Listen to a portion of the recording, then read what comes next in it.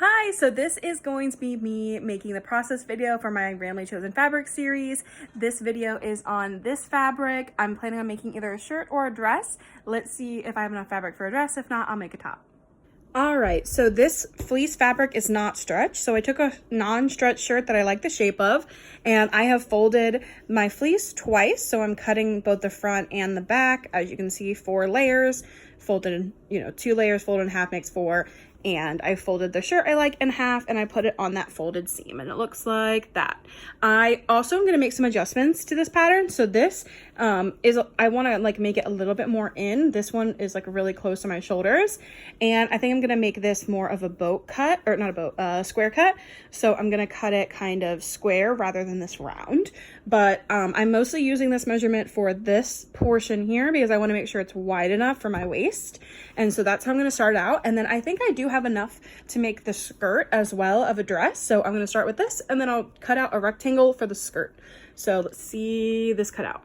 So this is what it looks like, and I'm putting them on top of each other and pulling it back so you can kind of see the changes that I made. So you can see I made that a little bit tighter, and then the square, which I just used the plaid as like an outline of how to get there, and then I've cut the sides. So now I'm going to cut a rectangle to make the bottom. And the skirt part is pretty simple. It is literally just, I just cut off the excess of like all the weird cuts from the shirt all the way down, and that was long enough for a skirt that I think will be like kind of short but not too short.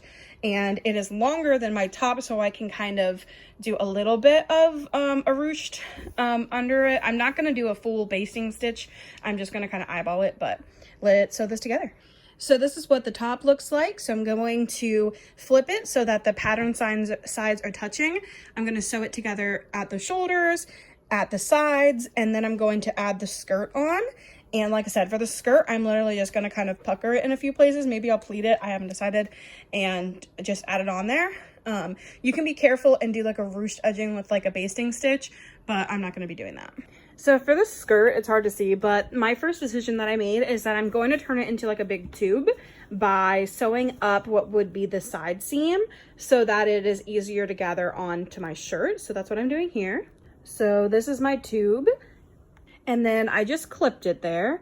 And then I'm going to kind of repeat that pattern where I kind of pull this skirt to like the halfway point between the other 2 clips, and then clip it to the center of the shirt and halfway, and then in the middle of the skirt. It's kind of hard to explain, but basically every like I'm evenly distributing the skirt all the way around the shirt until I have like, I don't know, 10 pins total, something like that, or clips. I'm using clips, you can use pins.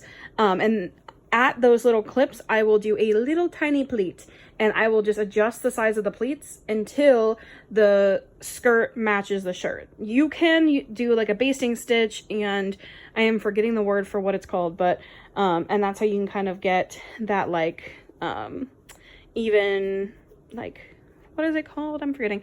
Almost like a pleating, but it's not pleating, it's whatever, I can't think of it right now. but I just don't feel like doing the basting stitches right now because I don't, the skirt is only a little bit wider than my shirt. It's not like double, so this should be okay. And that's what that looks like. So again, a bunch of pleats all the way around the skirt. I'm not making mine perfect. You can be more careful if you want to copy me, but I'm just going to now sew it with a straight stitch and then maybe also a zigzag stitch to reinforce it.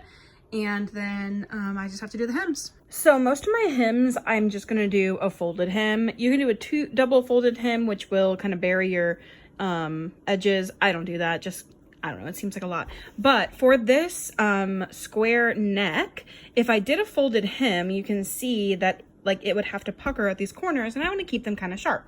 So the way that I'm going to get around it is that I'm actually going to first sew on this like strip of fabric to that edge. So I'm gonna sew it there, and I'll like probably cut it here and then sew some here, and then I'm gonna fold it inside so you won't see this strip at all, and then I will top stitch it so that I can keep this neckline.